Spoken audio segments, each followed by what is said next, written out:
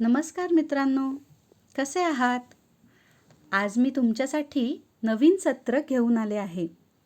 आत्ता शाळाही सुरू झाली आहे आणि काही प्रमाणात अभ्यासालाही सुरुवात झालेली आहे. अभ्यास करताना आपल्याला काही अडचणी येत असणार आहेत. कधी वेळेची अडचण तर कधी टेक्नॉलॉजीची अडचण. या आत्ताच्या परिस्थितीत टाईम अँड टेक्नॉलॉजीचा झगडा आपण सगळेच करत आहोत. त्यात थोडीशी माझी मदत म्हणून मी आज तुम्हाला या अडचणी सोडवायला तुमच्यासोबत बोलणार आहे. या अडचणी सोडवण्यासाठी काय प्रयत्न करायचे हे आज आपण बघणार आहोत. आज आपण अभ्यासाचे तंत्र आणि यशाचे मंत्र जाणून घेणार आहोत. आज का प्रयास कल का लक्ष्य. सत्र सुरू करण्याआधी मला आज तुम्हाला एक गोष्ट सांगावीशी वाटते. ही गोष्ट 1928 सालमध्ये आपल्या जगात घडलेली. त्यावेळेस दुसरं महायुद्ध सुरू होतं. एक छोटासा मुलगा त्यांच्या काकांसोबत राहत होता. तो ज्यू असल्यामुळे तिथले लोकांना त्यावेळेस खूप त्रास होत होता. एका पोलिश कुटुंबांनी त्यांना आसरा दिला होता. तो आसरा म्हणजे त्यांच्याच घरात त्यांनी या लोकांना राहायला जागा दिली होती. आपल्याच घरातल्या कार्पेटच्या खाली म्हणजे घरातली जी फरशी असते त्याच्या खाली 6 ते 7 फुटाचा खड्डा खोदून त्यांना इथे राहायला जागा दिली होती. अशा वेळी आपल्या पुतण्यासोबत त्या अंधाऱ्या कोठडीत स्वतःला कसं वाचवायचं हे काकांनी बघितलं होतं. काका गणिताचे प्राध्यापक होते. त्यांनी आपल्या पुतण्याला अंधारात गेल्यावर काय करायचं तर गणित शिकवायचं असं ठरवलं होतं.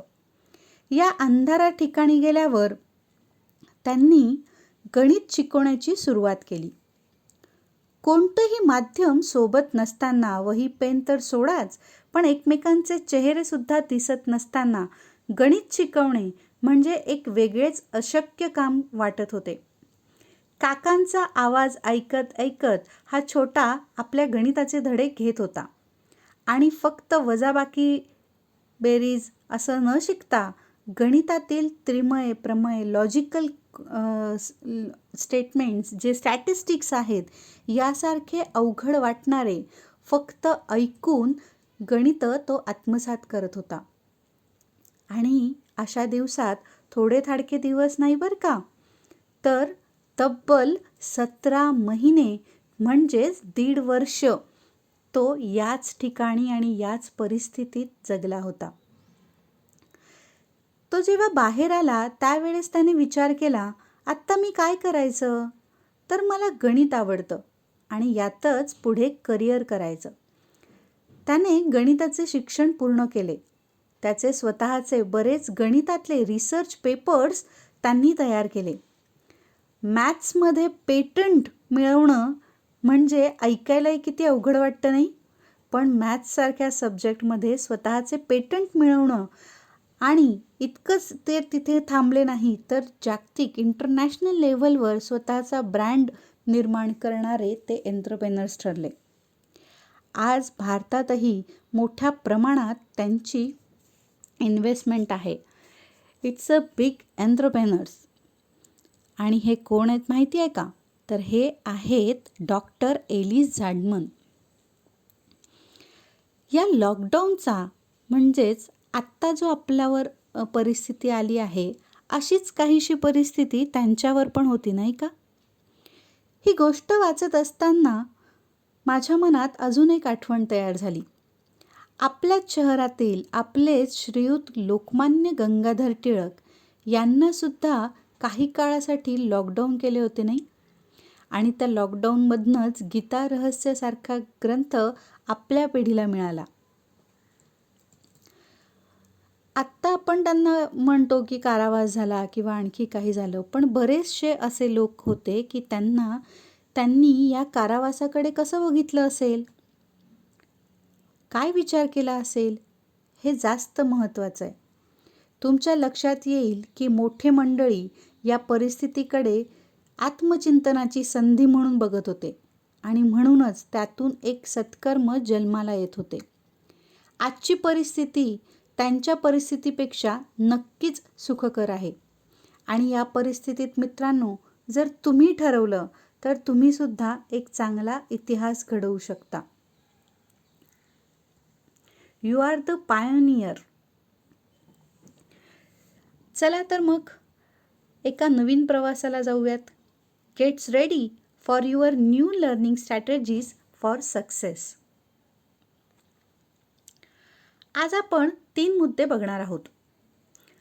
Learning and organisation, time management आणि मोस्ट इम्पॉर्टंट पार्ट म्हणजे मेमरी टेक्निक्स. ह्या आपण बघणार आहोत की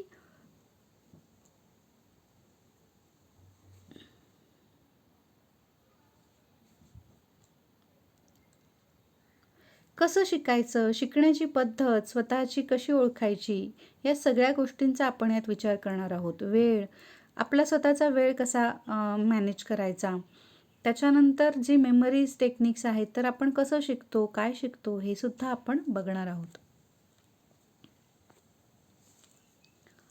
सुरुवात करूयात लर्निंग अँड ऑर्गनायझेशनने. शिकण्याचा अवयव कोणता? What is the body part of learning? असं जर आपल्याला विचारलं तर ब्रेन हा सगळ्यात मोस्ट इम्पॉर्टंट लर्निंग प्रोसेसमधला पार्ट आहे. स्किल रिसोर्सेस ज्या आपण बघतो, जे नेमकं आपण 5 सेन्सरी स्किल्स ह्या प्रोसेस फॅक्टर्समधल्या इम्पॉर्टंट असल्या तरी पण स्टोरेज फॅक्टरमध्ये ब्रेन हा जास्त महत्त्वाचा ठरतो. आपण नेमकं कसं शिकतो, शिकलेलं कुठे जातं, ते पुन्हा वापरताना ते कसं बाहेर येतं, या गोष्टी समजून घ्यायच्या आपल्याला याआधी कधीच वाव नव्हता. पण ब्रेन रिसर्च जसे जसे आलेत तसेच आत्ता आपण सांगू शकतो की आपण कसं शिकू शकतो. म्हणजे वर्गात 40 मुलं एकत्र शिकताना टीचर सगळ्यांना एकाच पद्धतीने शिकवत असते. तरीसुद्धा शिकताना सगळेजण एकसारखं शिकत नाही. परीक्षा पण ती एकच पेपर सगळ्यांना देते, तरी पण रिझल्ट मात्र सगळ्यांचा वेगवेगळा असतो. शरीराने दिसायला आपण सारखे असलो तरी इंडिव्हिज्युअल डिफरन्सेस हे आपल्यामध्ये येतात ते ब्रेनमुळेच. आपण एकमेकांपासून वेगळे होण्याची आणि शिकण्याची पद्धत ही दिसून येते, तीही ब्रेनमुळेच. अगदी 2 जुळे भावंड असले तरी शिकण्याची पद्धत ही वेगळी असते. म्हणूनच आपण शिकतो कसे हे जाणून घेऊयात. आपल्या मेंदूत जर 2 समान भाग केले तर right brain and left brain तुम्हाला दिसून येईल. जर का राईट ब्रेनकडे बघितलं तर ग्रीनरी दिसते. इमोशन्स, भावनिक पातळीवर विचार केला जातो. त्यात पास्ट अँड फ्युचर्सबद्दल जास्त विचार असतो. सिस्टीमवर काम करत असताना रिस्क टेकिंग हा त्याच्यामध्ये जास्त भाग असतो. सिम्बॉल्स लक्षात ठेवतो, पिक्चर इमेज लक्षात ठेवतो आणि त्याच्यावरच काम करतो. काळजी, चिंता, प्रेम ह्या सगळ्या इमोशन्सचं सेंटर म्हणजे आपला राईट ब्रेन आहे. यामध्ये जर का तुम्ही बघाल तर तुम्हाला सगळे हॅपीनेस मुमेंट्स दिसत आहेत. त्याच्या एक्झॅक्ट अपोजिट लेफ्ट ब्रेनमध्ये जर तुम्ही बघितलं तर तुम्हाला ब्लॉक्स दिसत आहेत. लेफ्ट ब्रेन हा लॉजिकल असतो. सगळ्या लॉजिकल थिंकिंगचं centre, all of the logical thinking centre म्हणजे लेफ्ट ब्रेन. लँग्वेज, मॅथ्स या सगळ्यांचा त्याच्यामध्ये समावेश असतो.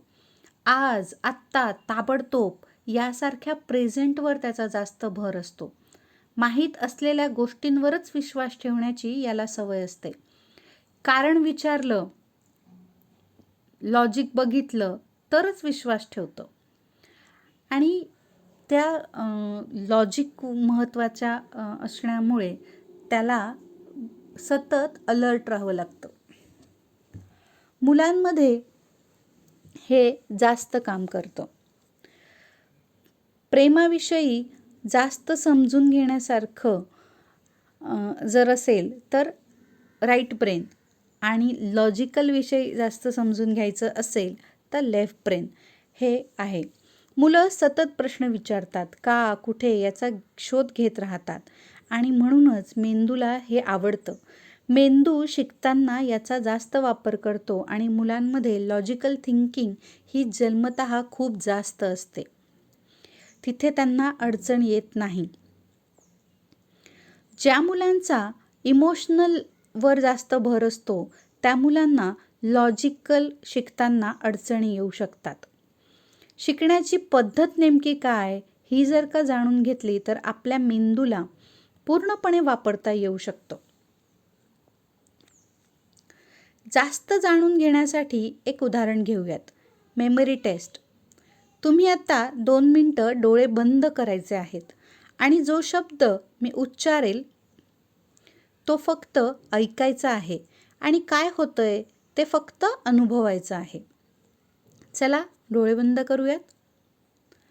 Calendar, book, desk, library, door, beach, park, girl, coffee, window. आता डोळे उघडा. काय झालं? तुम्हाला काय लक्षात आलं? ज्यावेळेस मी शब्द उच्चार करत होते त्यावेळेस तुम्हाला शब्द दिसले नाहीत तर त्याचे पिक्चर्स दिसले. बुक म्हटल्यानंतर तुमच्यासमोर असणारी पुस्तकं तुम्हाला दिसली असतील. लायब्ररी म्हटल्यावर तुम्हाला तुमच्या शाळेतली लायब्ररी दिसलेली असणार आहे. ज्यावेळेस मी कॉफी असं म्हटले त्यावेळेस ज्याला जशी कॉफी आवडत असेल तसे चित्र त्याला दिसणार आहे. म्हणजे कोल्ड कॉफी आवडणाऱ्या मुलांना कोल्ड कॉफीचा मग दिसला असेल तर हॉट कॉफी आवडणाऱ्या मुलांना हॉट कॉफीचा कप दिसला असणार आहे.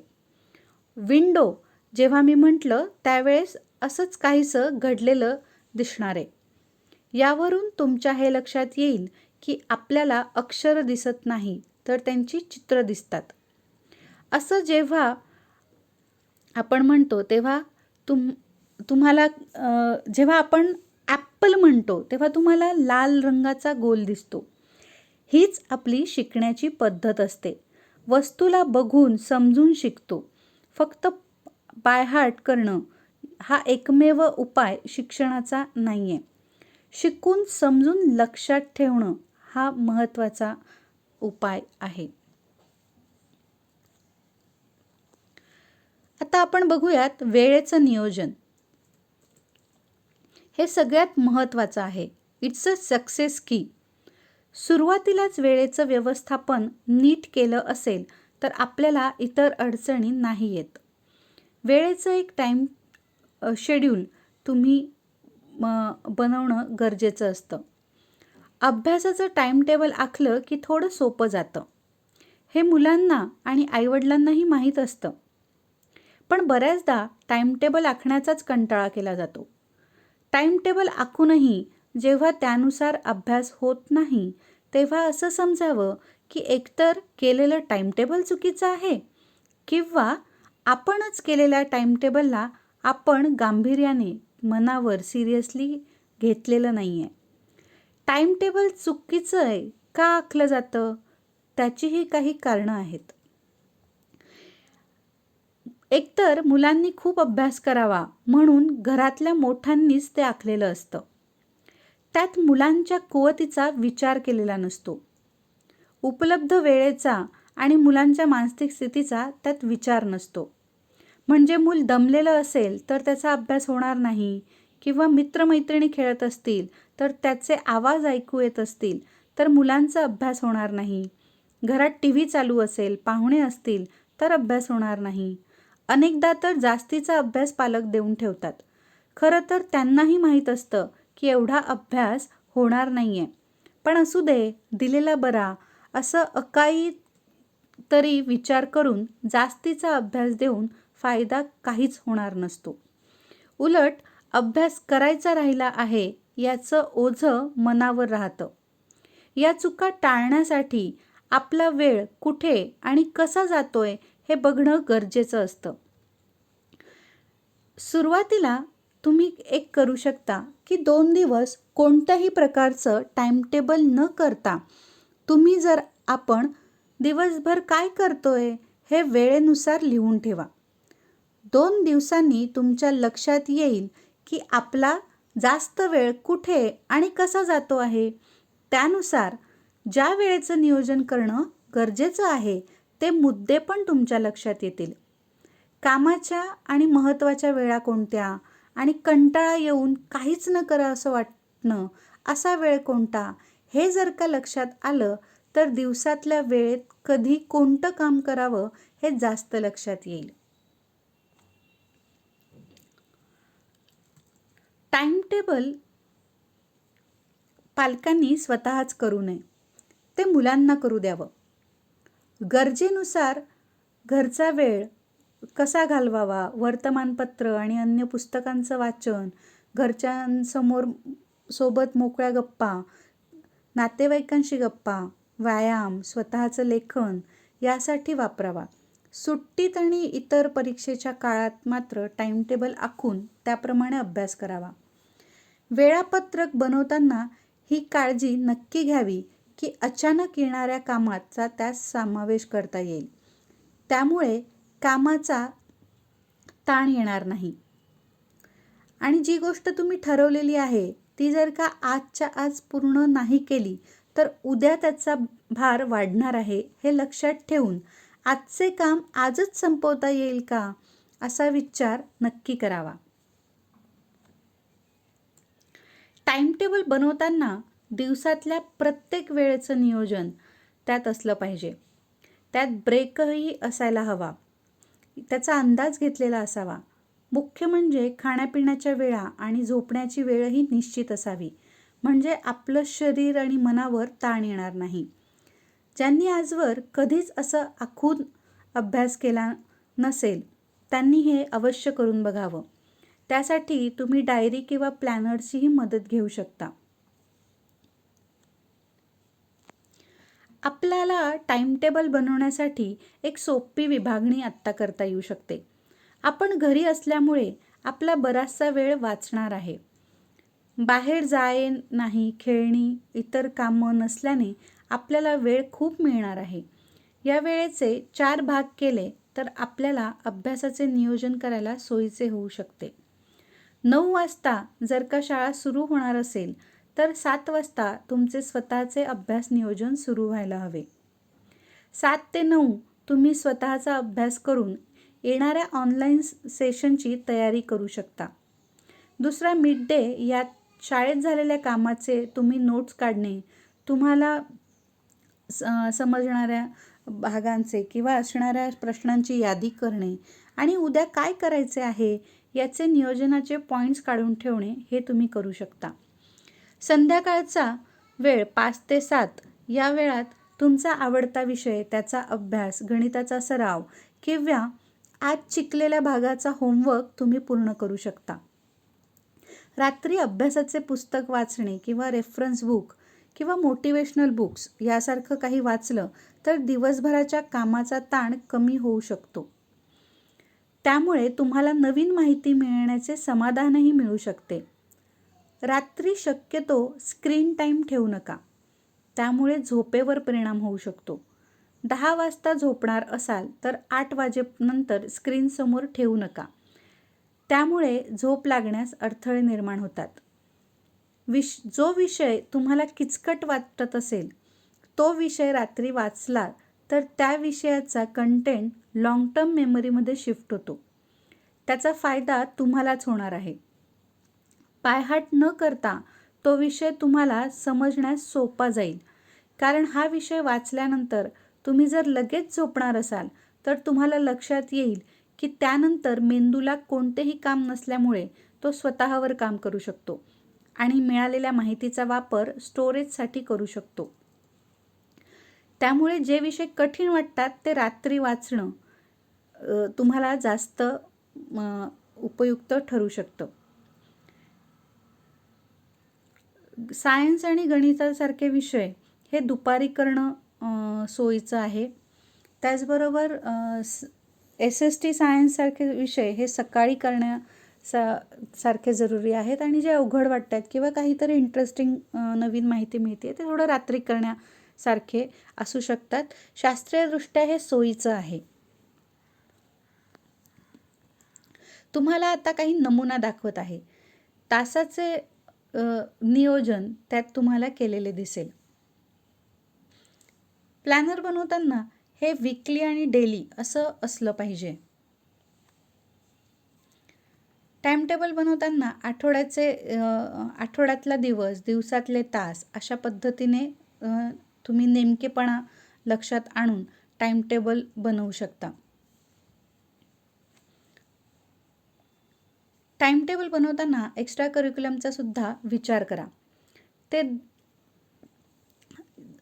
शाळेचा वेळ सोडून, शाळेचा अभ्यासाचे टाइम टेबल सोडून इतर गोष्टींना सुद्धा त्यात वेळ असू द्या.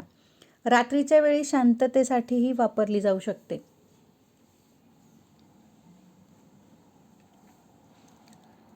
एकदा वेळेचे नियोजन झाले की जागा महत्त्वाची ठरते. आपण कोणत्या ठिकाणी अभ्यास करणार आहोत हे खूप महत्त्वाचे असते. कारण ज्या ठिकाणी एका वेळेस एक काम म्हणजे ठरलेल्या वेळी ठरलेल्या ठिकाणी ठरलेलं काम करायचं असेल, असं जर का मेंदूला तुम्ही सवय लावली तर त्याचा परिणाम खूप छान होतो. मेंदूच्या सवयीनुसार आपण आपली इच्छा नसताना सुद्धा जर का त्या जागेवर जाऊन बसलो तरीही आपला अभ्यास छान होतो. ज्याप्रमाणे वेळेचे नियोजन महत्त्वाचे, त्याचप्रमाणे जागेचे नियोजन करणेही गरजेचे असते. जागा ठरवताना तुमच्या घरातल्या परिस्थितीनुसार ठरवा. ज्यांना स्वतंत्र खोलीत बसून अभ्यास करणं शक्य आहे त्यांनी तशा पद्धतीने बसावं. ज्यांना स्वतंत्र खोलीत बसून अभ्यास करणं शक्य नाही त्यांनी निदान एक कोपरा आपला रोजचा ठरवावा. त्या कोपऱ्यात आपल्याला बसायला व्यवस्थित जागा असेल. खाली बसत असाल तर लिहिण्याची सोय, छोटा टेबल असणं गरजेचं आहे, जेणेकरून पाठीचा कणा ताठ ठेवून बसता येईल आणि त्याचा तुम्हाला त्रास होणार नाही अशी जागा निवडावी. जे फर्निचर तुम्ही वापरत असाल तर ते तुमच्या सोयीचं असावं. अभ्यास करताना जी साधनं तुम्हाला नियमितपणे लागतात त्या सगळ्यांचा एक स्वतंत्र कप्पा किंवा ठिकाण केलेलं असावं, जेणेकरून अभ्यास करताना साहित्य मिळवण्यासाठी तुमची धावपळ होणार नाही याची काळजी घेता येईल. ज्या ठिकाणी तुम्ही बसलेले आहात त्या ठिकाणी कमीत कमी गोंधळ असण्याची जागा निवडली तर तुम्हाला अभ्यास करताना शांतता मिळू शकते. आता आपण घरात सगळे इतर व्यक्ती सोबत आहोत, त्याच्यामुळे व्यक्तींची वर्दळ आजूबाजूला असणारच आहे. तरीही एकदा ब्रेन प्रॅक्टिस जर झाली तर त्याचा आपल्याला त्रास होणार नाही. पुस्तकं आणि डोळं यांच्या वर डायरेक्ट प्रकाश न पडता पुस्तकावर प्रकाश पडणाऱ्या ठिकाणी तुम्ही बसलं पाहिजे.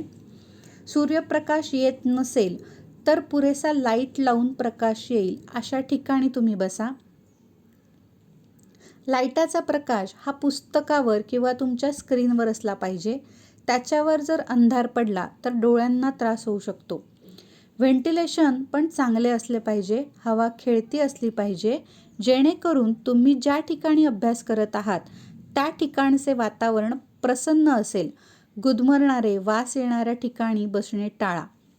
या सगळ्या गोष्टींचा जर आपण योग्य वापर केला तर मन प्रसन्न होण्यासाठीची वातावरण निर्मिती होऊ शकते आणि या वातावरणाचा आपल्या अभ्यासावर नक्कीच चांगला परिणाम होतो. अभ्यास करताना वेगवेगळ्या पद्धती आहेत, त्या आपण आत्ता बघूयात. सगळ्यात आधी माझी स्वतःची शिकण्याची काय पद्धत आहे, शिकताना त्या पद्धतीचा कसा वापर करतोय हे महत्त्वाचं.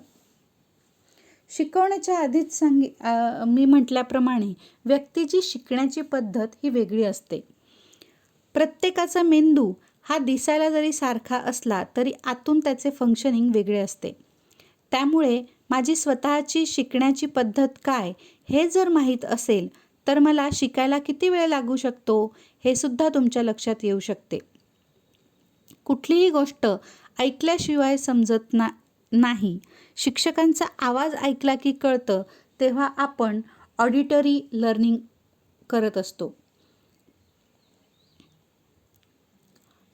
आपण जर व्हिज्युअल लर्नर असू तर आपल्याला कलर्स किंवा वेगवेगळ्या गोष्टी वापरून जे दिसतं त्या गोष्टी आपल्याला चांगल्या कळू शकतात.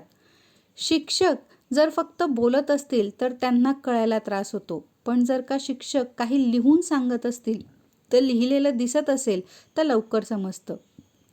जर का तुम्ही कायनेटिक पर्सन असाल तर तुम्हाला रोल प्ले, बिल्डिंग मॉडेल्स अशा पद्धतीने शिकणं जास्त आवडणारं असतं.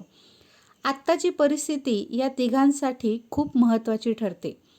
वर्गात शिकण्यापेक्षा ऑनलाईन क्लासेस जेव्हा चालू आहेत त्यामुळे या तिघांचा वापर होताना दिसत आहे. त्यामुळे ज्या मुलांना वर्गात शिकणं कठीण होतं त्या मुलांनासुद्धा ऑनलाईन शिक्षण घेणं हे सोयीचं आणि मजेचं वाटू शकतं. त्यामुळे तुम्हाला शिकण्यासाठी तुमचा जो वेळ आहे तोही कमी लागतोय आणि कमी वेळात जास्त लर्न तुमचं होतं आहे. आणि जे लक्षात ठेवायचं आहे म्हणजे तुम्ही जर बघितलं तर 30 मिनिटामध्ये जेवढा अभ्यास तुम्ही वर्गात करू शकत नव्हता त्याच्यापेक्षा जास्त अभ्यास शिक्षक तुमचा व्हिडिओमध्ये घेऊ शकत आहेत. आणि एकदा बघितलं की तुमच्या लक्षात राहतंय. लक्षात राहण्यासाठी तुम्हाला पुन्हा बायहार्ट करण्याची गरज पडत नाही आहे. हा सुद्धा अनुभव तुम्ही आत्ता घेत असाल. जगप्रसिद्ध स्टडी टेक्निक्स जी आत्ता आहे ती मी तुम्हाला सांगणार आहे. SQ3R.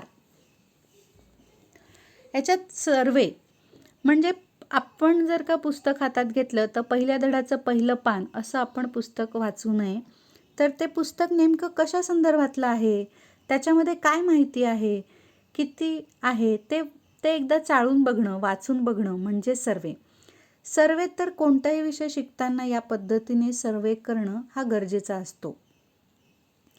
कारण त्याच्यामुळे शिकण्याची गरज निर्माण होते आणि गरजेतूनच इच्छा असेल तर मार्ग दिसेल या पद्धतीची लर्निंग फेज आपल्या ब्रेनमध्ये तयार होते. दुसरं आहे क्वेश्चनिंग. प्रश्न विचारणं हा मूळ माणसाचा स्वभाव आहे. पण या स्वभावाचा वापर आपण अभ्यासात करत नाही. का शिकतोय, कशासाठी शिकतोय, शिकून काय मिळणार आहे, असे प्रश्न जर आपण सुरुवातीलाच स्वतःला आणि शिकवणाऱ्याला विचारले तर अभ्यासातला विषयाचा गाभा आणि जिस्ट आपल्याला चांगलं कळू शकतं. प्रश्नांची उत्तरं सुरुवातीला कदाचित नाही मिळणार, पण विषय शिकत असताना त्या विषयाची प्रश्नांची उत्तरं मिळत गेली तर विषयातली गोडी निर्माण होते. जे प्रश्न विचारले आहेत ते पुस्तक वाचताना सापडणार आहेत. त्याच्यामुळे पुढे तुम्हाला पुस्तक वाचायचं आहे. पुस्तक वाचताना जर का तुम्हाला सुरुवातीला जे तुम्ही प्रश्न विचारले आहेत ते समजायला लागतील, सापडायला लागतील, तसतसं तुम्हाला विषय समजत जाणार आहे. विषय जर सुरुवातीलाच नीट चांगला कळलेला असेल तर त्या विषयाचे पाठांतर करण्याची गरज पडत नाही आणि जो विषय तुम्ही वाचला असेल त्या विषयाचं तुम्हाला नंतर रिकॉलिंग, रिसाईट करायचं आहे. म्हणजे चिंतन आणि मनन हे जर का आपण सतत चालू ठेवलं तर पुन्हा फक्त बायहार्ट करण्याची गरज पडत नाही, कारण ब्रेनमध्ये ॲटोमॅटिकली ड्रिलिंग सिस्टीम स्टार्ट होते. दुसरं आहे रिव्ह्यू. ज्या गोष्टी तुम्ही सर्वे झाला, क्वेश्चनिंग झालं आहे, रीड अँड रिसाईट झालं आहे, त्याचा रिव्ह्यू घ्यायचा आहे, समराईज करायचा आहे. स्वतःच्या नोट्समध्ये समराईज जर तुम्ही केलं, तुम्ही लिहून स्वतःच्या नोट्स तयार केल्या तर त्या फायनल तुमच्या स्वतःच्या असतात. त्याचा उपयोग तुम्हाला फायनल एक्झामपर्यंत होऊ शकतो. विचारलेल्या प्रश्नांची उत्तरं कारण त्याच्यात असतात. त्यामुळे अभ्यास केला आहे याचा रिव्ह्यू घ्यायला तुम्ही विसरू नका. आपण करतो आहोत जे काम आपण करतो आहोत त्याचा आपण होमवर्क करत असतो. तर या होमवर्कचा काय फायदा होतो, तर आपल्याला कन्सेप्ट क्लिअर होण्यासाठी आपल्याला वेळ मिळतो आणि तो वेळ आपला टायमिंग ड्रिलिंगसाठी वापरला जाऊ शकतो. तुम्ही जे SQ3R वापरता आहात त्या SQ3Rचा होमवर्कसाठी पण वापर करू शकतात. त्याचं मी खाली टाईम लिमिट्स दिलेत. म्हणजे 3 मिनटं प्रश्न विचारायचे, 3 मिनटं तुम्ही सर्वे करायचा आहे की काय होमवर्क दिला आहे, कशासाठी दिला आहे, त्याचं काय करायचं आहे. त्याच्यानंतर दुसरा क्वेश्चनिंग मोडमध्ये जायचं आहे की हेच का करायचं आहे, असंच का करायचं आहे. ते प्रश्न विचारल्यानंतर 10 ते 25 मिनटं जे काही तुम्ही तुमच्याकडे मटेरियल आहे त्याचं नोट्स काढायचे आहेत.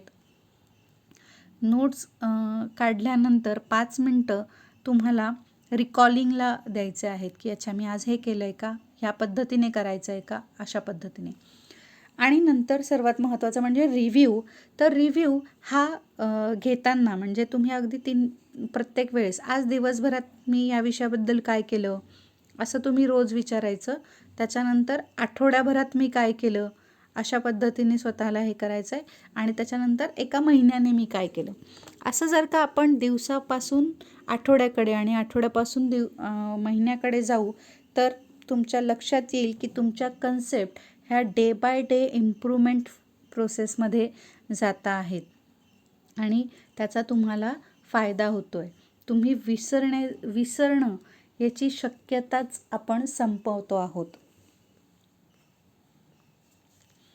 ऑनलाईन क्लासमध्ये जेव्हा शिक्षक शिकवत आहेत तेव्हा स्वतःच्या शब्दात काही निवडक शब्द लिहून स्वतःच्या नोट्स तयार करणं आणि खूप छोटे छोटे चिन्हे मुद्दे वापरून स्वतःचे हायलायटर्स वापरून तुम्ही मुद्दे सुरुवातीला काढू शकता. हेडलाईन्स आणि सबलाईन्स असंही तुम्ही काम करू शकता. पेन्सिल्स किंवा रेड पेन असं वापरून तुम्ही एक वेगळे पण लक्षात आणून स्वतःला जसं समजेल तसं तुम्ही तयार करू शकता. जे तुमच्याकडे उपलब्ध आहे त्याचा वापर करून तुमचे स्वतःचं स्टडी मटेरियल तुम्ही बनवू शकता. तुमच्याकडे असणारी माहिती, असणारे पुस्तक, जी साधनं आहेत त्याच्यामध्ये कंपॅरिझन करून बघायची आहे, तुलना करून बघायची आहे की यातलं काय बरोबर आहे, यातलं मला काय समजतं आहे, याच्यातलं योग्य काय, अयोग्य काय. अशा याच्यामुळे तुमचा जास्त चांगलं लक्षात राहण्याच्या प्रोसेसकडे तुम्ही पुढे जाता. आणि जे योग्य आहे याच्यावर तुम्ही जास्त भर देऊ शकता. रेफरन्स बुक्स वापरून तुम्ही तुमचं माहितीच नाही तर नॉलेज पण वाढवू शकता. आता तुम्ही ऑनलाईन अभ्यास करत असताना इतर वेबसाईट बघण्याचा तुम्ही मोह आवरू शकणार नसणार आहेत. पण गुगल बाबा तुम्हाला सगळीच माहिती खरी पुरवेल असं नाही. गुगलवर किंवा यूट्यूबसारख्या चॅनल्सवर अंधविश्वास ठेवू नका. जी माहिती तुम्हाला पुरवली जात आहे ती फक्त माहिती आहे, नॉलेज नाही. नॉलेजसाठी तुम्हाला क्रॉस चेक करणं गरजेचं आहे. त्यामुळे माहितीचा वापर हा तुम्हाला गाईडलाईन म्हणूनच असू देत. काही माहिती असलेले उदाहरणं जर का रेफरन्सेस आपण बघितले, काही शॉर्टकट्स तुम्ही तुमचे स्वतःचे तयार करू शकतात. काही स्वतःचे माहीत असलेले किंवा मित्रांकडनं तुम्ही स्वतः काही बनवू शकतात.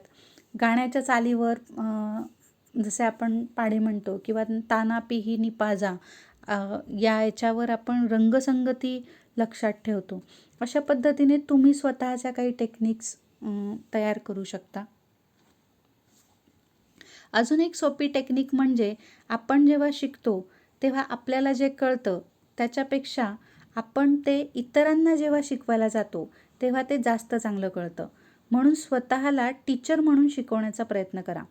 किंवा तुमचा मित्रांचा ग्रुप असेल, तुमची लहान भावंडं असतील तर त्यांना तुम्ही शिकलेली कन्सेप्ट शिकवा. त्यामुळे तुमच्या लक्षात येईल की जी गोष्ट तुमच्या लक्षात आली नव्हती ती शिकवताना ओघाओघात तुम्हाला चांगली लक्षात आली आहे. आणि एकमेकांना शिकवणं यातूनच तुमचा आत्ता गप्पा मारणं, एकमेकांसोबत राहणं हा भागसुद्धा पूर्ण होऊ शकतो. एकमेकांना प्रश्न उत्तरं विचारणं, कॉम्पिटिशनसारखे खेळ खेळणं याच्यामुळे स्वतःचा अभ्यास आणि स्वतःचा वेळ हे दोघंही तुमचं मजेत जाऊ शकतं. माझी आवडती टेक्निक आहे माइंड मॅप. ही एक अशी संकल्पना आहे की ज्यात तुम्ही पूर्ण युनिट एका छोट्या कागदावर उतरवून ठेवू शकता आणि हे करताना खूप मज्जा येते.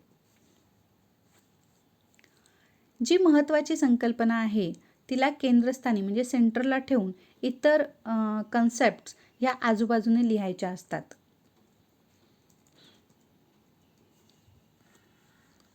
फॅमिलीचं सुद्धा तुम्ही आत्ता करू शकता. म्हणजे तुम्ही सेंटरला असाल आणि तुमच्या घरात असणाऱ्या किती खोल्या आहेत हे सबटायटल असू शकतात. त्या प्रत्येक खोल्यांमध्ये काय आहे, किती माणसं आहेत, त्या माणसांचं काय काय आहे याचं एक स्वतंत्र युनिट तुम्ही तयार करू शकतात. म्हणजे तुमच्या लक्षात येईल की पूर्ण एक मोठी कन्सेप्ट एका छोट्या फॉर्मॅटमध्ये कव्हर होऊ शकते. सगळे महत्त्वाचे मुद्दे यात कव्हर होतात. आणि हा चार्ट जर का तुम्ही घरात अशा ठिकाणी लावला जिथे तुम्ही 10 मिनिटापेक्षा जास्त वेळ घालवता, त्या ठिकाणी तुम्हाला हा रिकॉल करायला, प्रोसेस करायला मदत करू शकतो. येता जाता फक्त तुम्हाला तो बघायचा आहे, वाचलाच पाहिजे याची गरज नाही. सतत नजरेसमोर असणारी गोष्ट ही मेंदूमध्ये स्टोअर होते.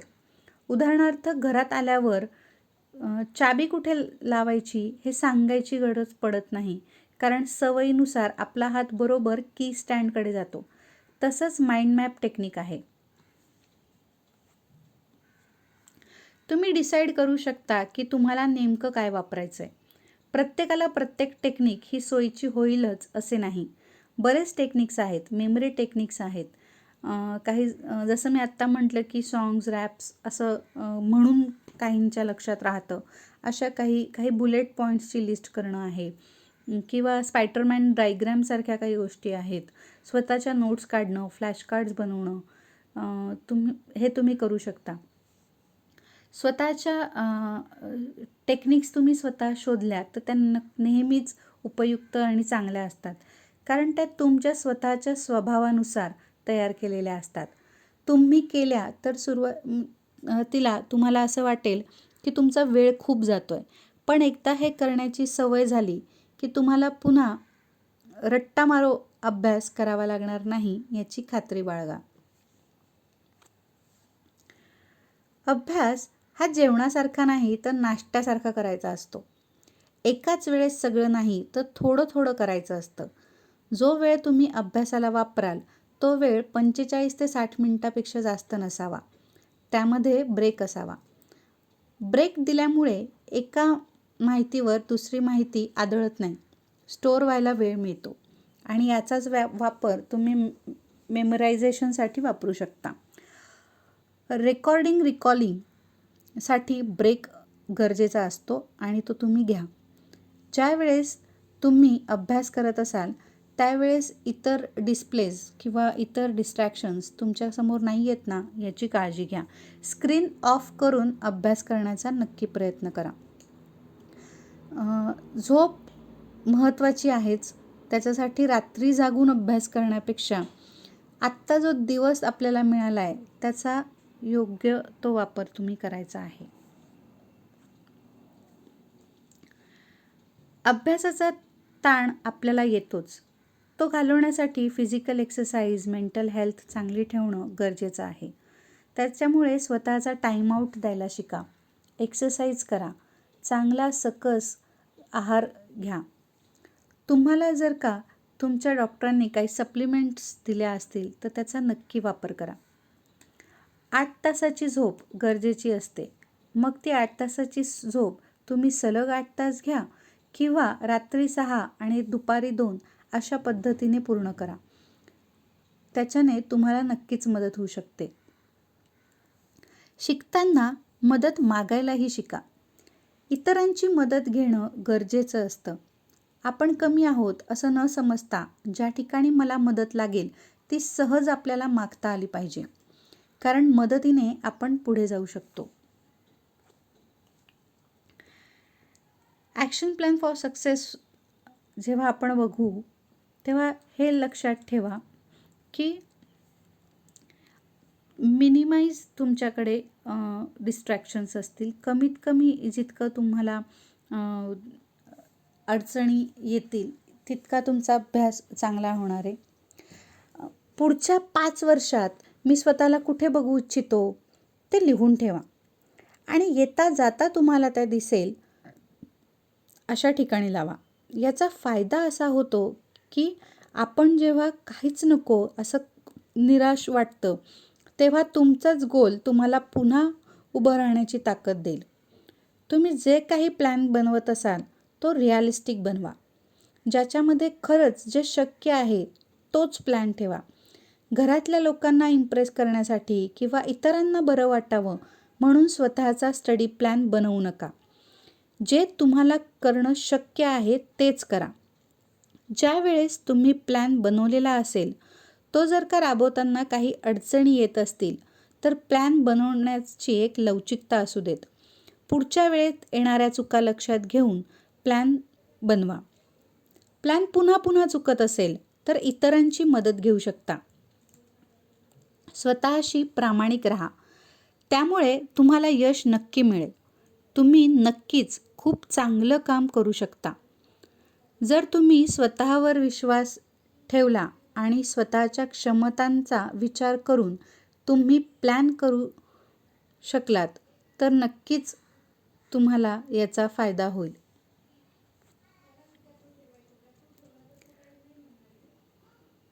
तुम्ही विचार करत आहात, तुम्ही जो स्वतःसाठी विचार करत आहात तोच विचार भविष्यात आकार घेणार आहे आणि त्यासाठी तुम्हीच जबाबदार असणार आहात. त्यामुळे यश हवं असेल तर यश मिळवण्यासाठीचा विचार करायला हवा. अपयश येईल या भीतीने जर काम करणार असाल तर अपयश समोर आलंच म्हणून समजा. त्यामुळे न घाबरता स्वतःच्या क्षमतांवर विश्वास ठेवून कामाला लागा. आशा करते आजचे सत्र तुम्हाला नक्की आवडले असणार आहे आणि तुम्ही याचा वापर करून चांगले अभ्यासक व्हाल. धन्यवाद. काही अडचण असल्यास नक्की विचारा. आम्ही सगळे तुमच्यासोबत आहोत आणि आम्हाला सगळ्यांना तुमच्यावर विश्वास आहे. All the best.